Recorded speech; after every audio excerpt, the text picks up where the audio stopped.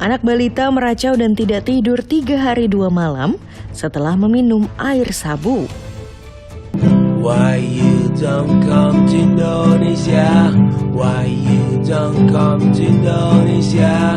Demi merayu Lionel Messi agar jadi datang ke Indonesia, Aldi Taher ciptakan dan nyanyikan lagu berjudul Why Mr. Messi Why.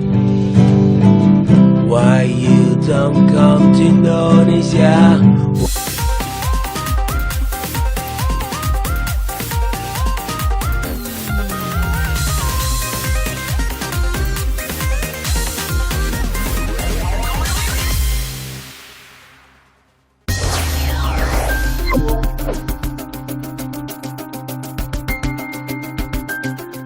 Sekitar jam 8 itu saya tawar makan, dia nggak mau makan. Mungkin saya pikir udah kenyang tadi makan jajan. Terus berkeringat terus, keringatnya bau. Cuma saya kan mikir gini loh, kok keringatnya bau? Nggak pernah nih baunya begini. Cuma ya saya pikir mungkin kebanyakan main begitu. Ibu anak balita N khawatir melihat perilaku anaknya yang tidak biasa. Anak balita N tidak mau makan, tidak mau tidur, terus mengoceh dan jadi hiperaktif. Ya, chat WA tetangga saya. Saya tanya, maaf Mbak, air yang Mbak kasih semalam itu air apa?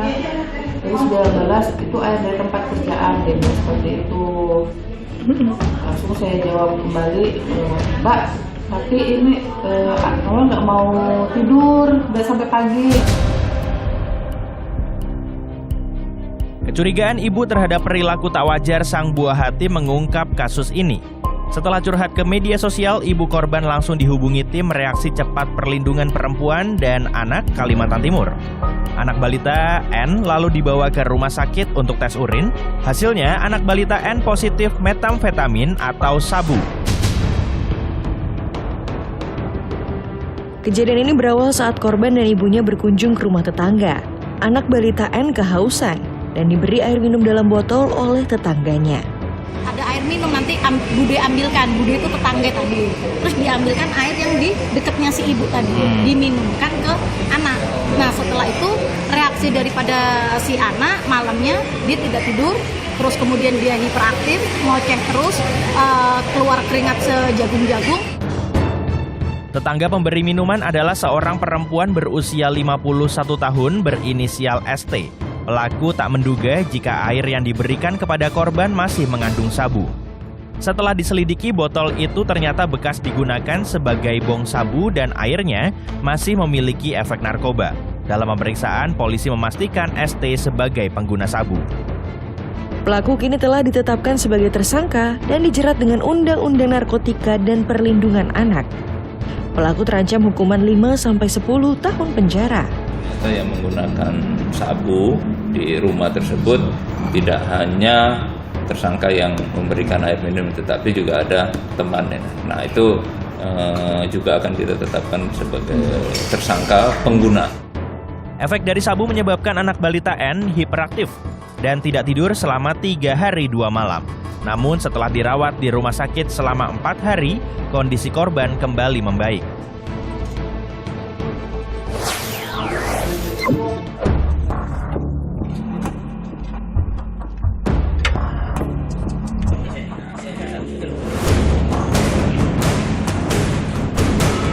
Polisi menemukan bunker narkoba di kampus Universitas Negeri Makassar. Bunker narkoba berupa brankas yang tertanam di dalam tanah di dalam ruangan sekretariat mahasiswa Fakultas Bahasa dan Sastra. Brankas dimasukkan dengan terali besi, dilas, kemudian ditutup dengan tegel sehingga tersamarkan. Brankas itu diduga sudah ada sejak tahun 2019 dan sempat menyimpan 3 kg narkoba yang sudah diedarkan. Brankas kecil, brankas yang berada di bawah lantai. Ya, jadi itu anunya. Jadi sebenarnya juga kami keberatan kalau dikatakan bunker ya. Tahu ukurannya itu, tapi kalau saya lihat besarnya tegel lantai itu kurang lebih 40 kali 40 di situ. Jadi brankas itu memang ditanam, Pak? Iya, ada brankas.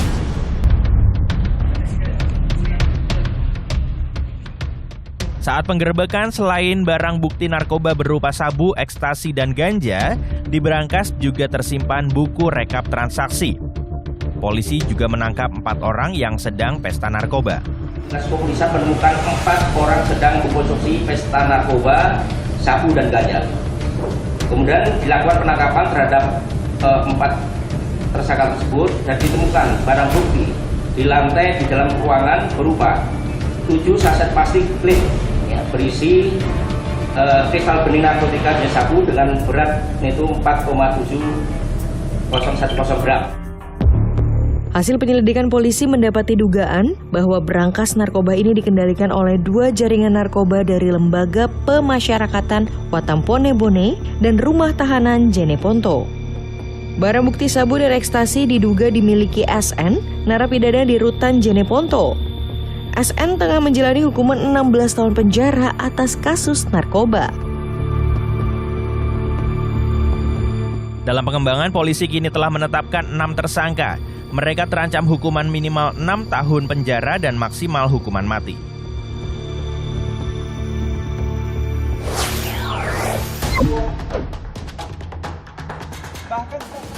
Ketua Komisi 7 DPR RI Sugeng Suparwoto dilaporkan ke Mahkamah Kehormatan Dewan DPR RI dan Bareskrim Polri atas dugaan pelecehan seksual secara verbal. Pelapornya adalah anggota DPR RI periode 2014 sampai 2019 dari partai yang sama dengan Sugeng, yaitu Nasdem. Saya hanya menggunakan hak saya sebagai warga negara dan juga saya sebagai kader Partai Nasdem. Sugeng menyatakan tak pernah melakukan pelecehan seksual seperti yang dituduhkan oleh pelapor. Ia menyebutkan dugaan pelecehan seksual itu berasal dari komunikasi keduanya melalui percakapan di WhatsApp yang terjadi pada Maret 2022. Saat korban mengatakan bahwa dirinya sedang mandi, Sugeng mengaku sempat menulis pesan foto dong. Dan waktu itu dalam suasana bercanda-bercanda. Saya berkeyakinan, catat aja jangan dulu ini, bahwa ingat ini, saya tidak pernah melakukan sentuhan apapun, jangan di framing ya, seolah-olah Sugeng Suparwoto Ketua Komisi 7 diadukan melakukan pelecehan seksual. Pada pelecehan seksual verbal yang konteksnya juga perlu diuji. 14 Juni, Sugeng memenuhi panggilan MKD untuk dimintai klarifikasi. MKD juga memanggil korban. Hampir 2 jam, terlapor dan pelapor dimintai keterangan. MKD DPR RI selanjutnya akan menggelar rapat pleno untuk menentukan apakah kasus tersebut bisa dilanjutkan atau tidak. Di hari yang sama, korban juga memenuhi panggilan penyidik Direktorat Tindak Pidana Umum Bareskrim Polri. Orang tua korban pun turut hadir menjadi saksi. Kami merasa tersinggung, terhina atas perlakuan Saudara SS kepada anak kami.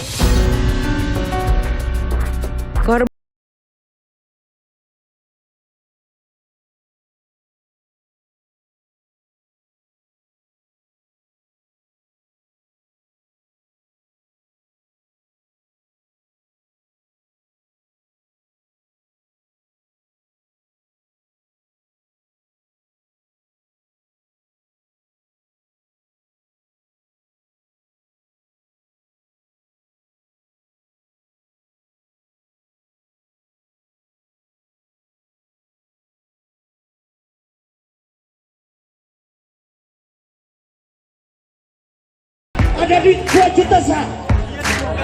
Di mana Bapak penegak hukum? Pop News masih akan hadir sesaat lagi usai jeda. Tetaplah di Pop News.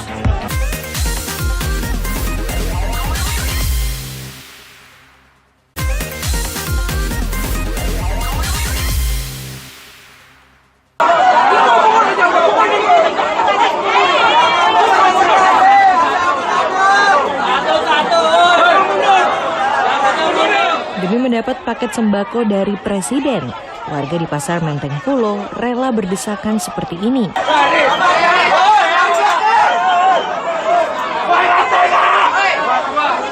Sejumlah warga yang tak sabar bahkan nekat mengambil sendiri hingga bersitegang dengan petugas. Paket sembako yang dibagikan berbungkus tas merah putih, berisikan minyak, beras, hingga gula.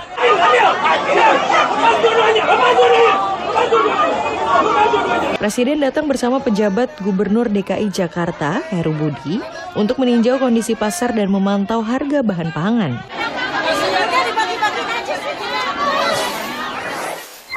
Ada duit 2 juta sah. Di mana penegak hukum, apalagi Bapak-bapak Indramayu? Aksi saling dorong terjadi antara polisi dengan massa yang tergabung dalam forum Indramayu menggugat. Situasi seketika menjadi ricuh saat massa mencoba menerobos barikade polisi. Sampai kita terprovokasi oleh oknum yang tidak bertanggung jawab, kawan-kawan. Para pendemo juga sempat berdebat dengan polisi. Dalam orasinya, massa mendesak pemerintah untuk membubarkan pondok pesantren Al Zaitun. Saya tidak penting perizinan.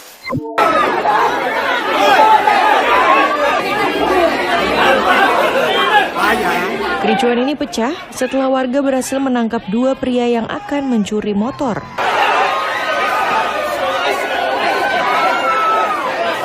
Kesal dengan ulah kedua pelaku, warga tak kuasa menahan emosi hingga langsung menghajar pelaku. Ada perkuatan lagi dari siaga 13. Pelaku akhirnya berhasil diamankan polisi. Berdasarkan hasil penyidikan polisi, diduga keduanya merupakan spesialis pencuri motor rumahan yang selama ini meresahkan warga.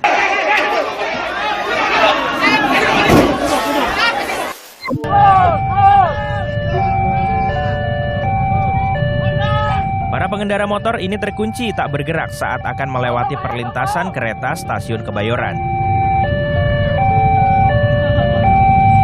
Banyaknya pengendara motor yang melawan arah membuat kemacetan semakin parah. Pintu perlintasan kereta pun sempat tidak bisa ditutup karena banyak pengendara motor. Ini nyawa pada 9 kali ya. Kepala nggak pikir lo Tuhan Mananya Tuhan di mana? Pemilik peternakan ayam ilegal ini menangis histeris memohon pada petugas. Ia meminta agar peternakannya tidak dibongkar petugas Satpol PP. Pembongkaran dilakukan karena pemilik tidak mengantongi izin dan keberadaannya tidak sesuai dengan rencana tata ruang wilayah. 50.000 ekor ayam diminta untuk segera dipindahkan.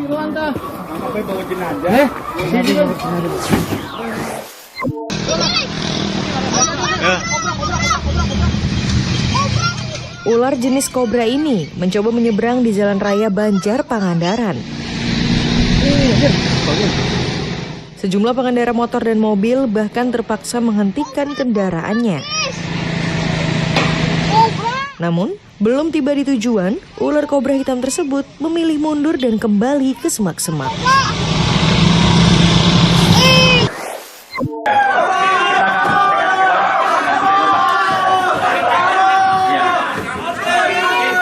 Unjuk rasa pedagang kosmetik ini dipicu adanya penyitaan dan pemusnahan barang kosmetik oleh BPOM Kendari.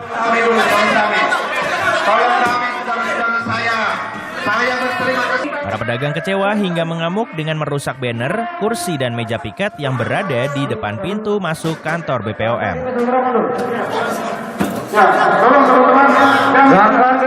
Kericuan terus berlanjut saat masa aksi akan membakar ban bekas.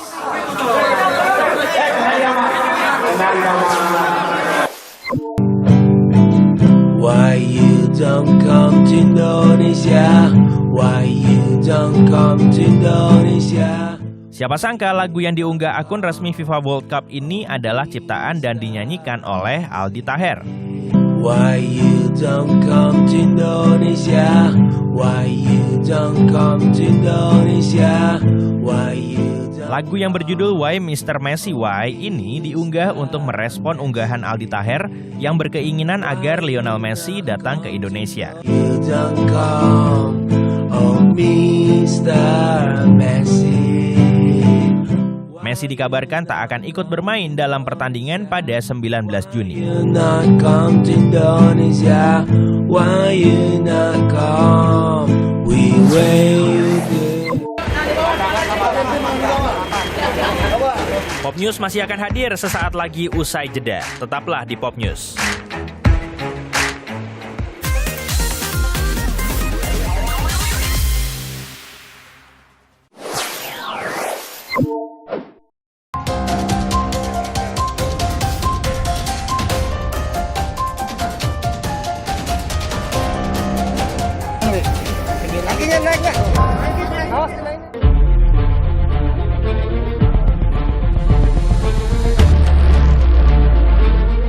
Pria bernama Muhammad Fajri ini memiliki berat badan hingga 300 kg.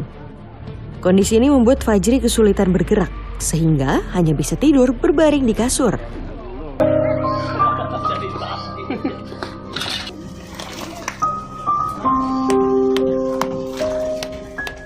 Agar Fajri bisa dievakuasi ke rumah sakit untuk perawatan lebih intensif, petugas dari UPT Badan Penanggulangan Bencana Daerah Ciledug terpaksa membongkar pintu rumah.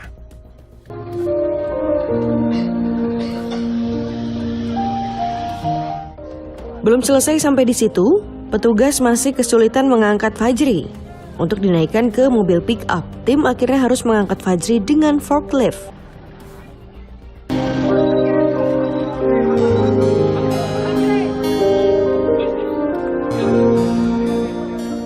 Proses evakuasi ini setidaknya butuh waktu 2 jam. Sebelumnya Fajri selama 8 bulan hanya berbaring di atas kasur karena mengalami luka di kakinya. Selama itu pun berat badannya terus bertambah.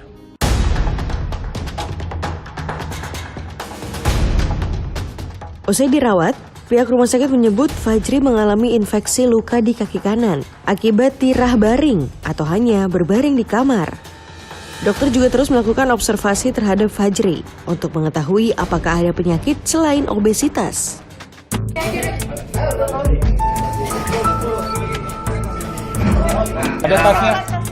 Namun 2 hari dirawat di RSUD Tangerang, Fajri harus dirujuk ke Rumah Sakit Cipto Mangunkusumo Jakarta. Dan lagi-lagi, proses pemindahan Fajri pun berlangsung dramatis. Selamat Fajri. Pihak RSUD Tangerang dibantu BPBD harus bersusah payah untuk memasukkan Fajri ke dalam truk. Kakinya naik nggak? Awas kena ini nih. Masuk. Maju ya. Tak sampai di situ, setibanya di RSCM, petugas kembali harus berjibaku menurunkan Fajri.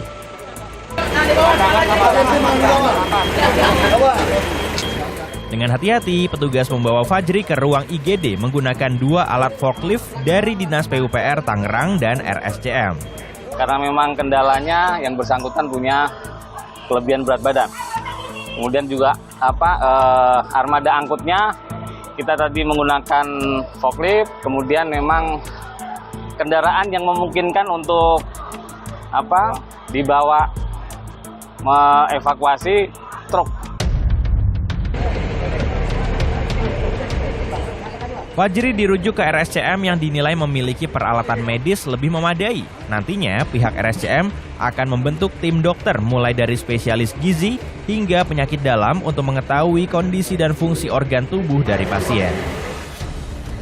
Sementara itu, untuk biaya pengobatan Fajri akan dijamin program JKN atau Jaminan Kesehatan Nasional.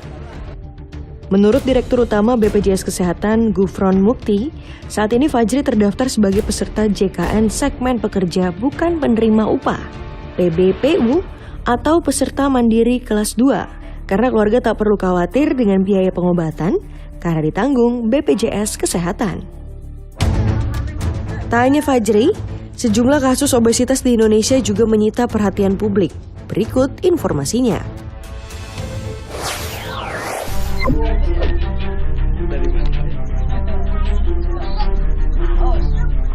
Inilah balita bernama Muhammad Kenzi Alvaro, balita berbobot 27 kg. Kenzi mengalami obesitas di usianya yang baru menginjak 16 bulan. Padahal, di usia ini menurut WHO, anak laki-laki sewajarnya hanya berbobot 7 hingga 13 kg. Balita asal desa Pusaka Rakyat, Kabupaten Bekasi ini memang lahir dengan bobot yang cukup besar yakni 4 kg. Saat usianya 6 bulan, dalam seminggu berat badan Kenzi naik 1 hingga 2 kg. Dengan berat badannya ini, membuat Kenzi belum mampu berjalan seperti anak seusianya. Saat ini Kenzi sudah mendapat penanganan dari ahli. Ia menjalani rawat jalan di RS Cipto Mangunkusumo Jakarta. Sebanyak 10 orang dokter dari disiplin berbeda ikut menangani Kenzi.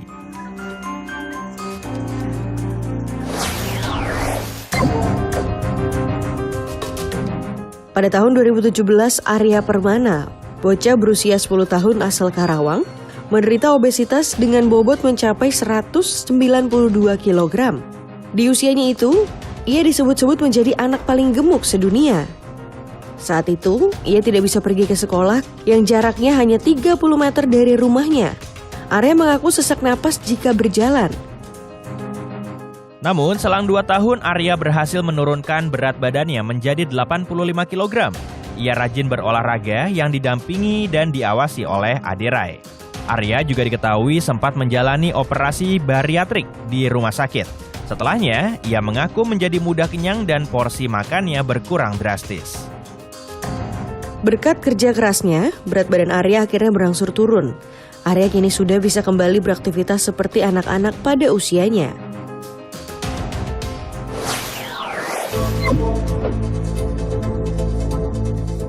Awal Januari 2019 lalu, Titiwati sempat menyita perhatian publik karena memiliki berat badan hampir mencapai 300 kg di usia 35 tahun. Wanita asal Palangkaraya ini sehari-harinya hanya bisa berbaring di rumah kontrakannya.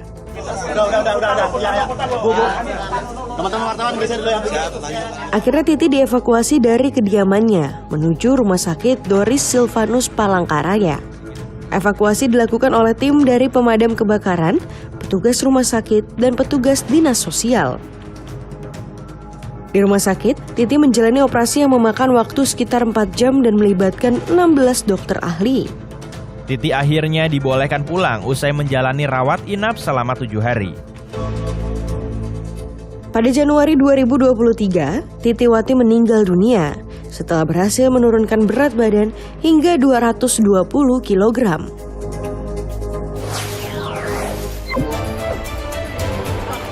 Informasi ini mengakhiri Pop News edisi hari ini.